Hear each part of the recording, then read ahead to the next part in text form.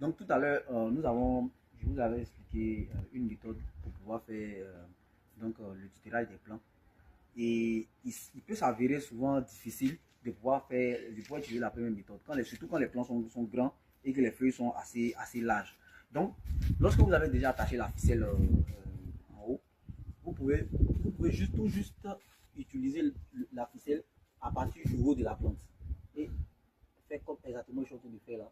Passer la ficelle sur la tige tout en passant en bas des feuilles, de chaque feuille. Et là, on ne fatigue pas trop la plante et on se rassure aussi que la ficelle est bien tendue. Et maintenant, on vient faire le nœud en bas. Voilà. C'est très important de ne pas trop serrer. Voilà. Et de faire un nœud de telle sorte qu'on puisse toujours desserrer facilement. Voilà. Donc, on fait un deuxième exemple. La ficelle est attachée. Le plan est assez grand, les feuilles sont assez larges, donc difficile de les faire tourner. Donc, on passe par le haut comme ça.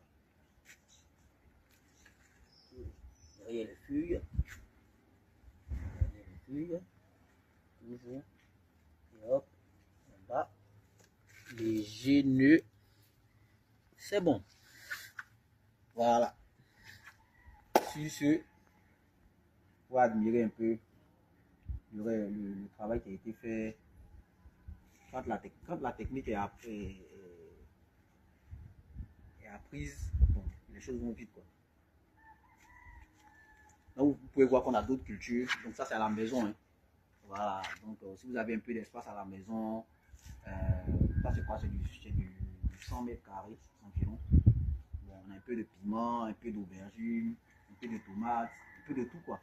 Voilà. Donc, de nos jours, vous savez, hein, sur le marché, on a beaucoup de légumes, mais on ne connaît pas l'origine. On ne sait pas comment c'est cultivé, quels sont les dangers en amont. Voilà. Donc, quand on produit soi-même ses propres légumes, on sait où c'est quitté et on est plus à l'aise de pouvoir les consommer. Voilà. Donc, voici l'avantage un peu de pouvoir produire soi-même à la maison. Merci.